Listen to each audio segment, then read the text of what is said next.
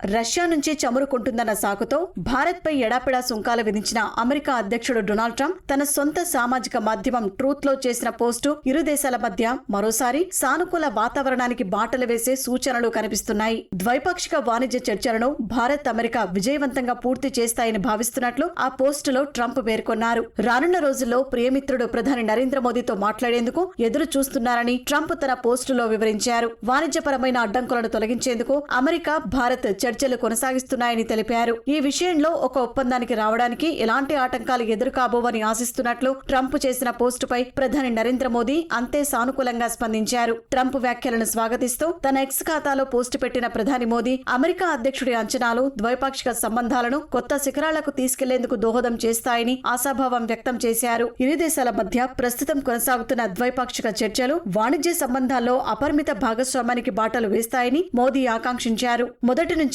భారత్, అమెరికాలు సన్నిహిత మిత్రదేశాలని, సహజ భాగస్వాములని తన పోస్టులో పేర్కొన్న మోదీ ఇరు దేశాలు వాణిజ్య చర్చలను త్వరలోనే పూర్తి చేయడం సహా ఒక అవగాహనకు వస్తాయని విశ్వాసం వ్యక్తం చేశారు. ఇదే సమయంలో తనతో మాట్లాడేందుకు ఎదురు చూస్తున్నారన్న ట్రంప్ ఆకాంక్షపై స్పందించిన మోదీ ఆ క్షణం కోసం తాను కూడా ఎదురు చూస్తున్నట్టు వివరించారు.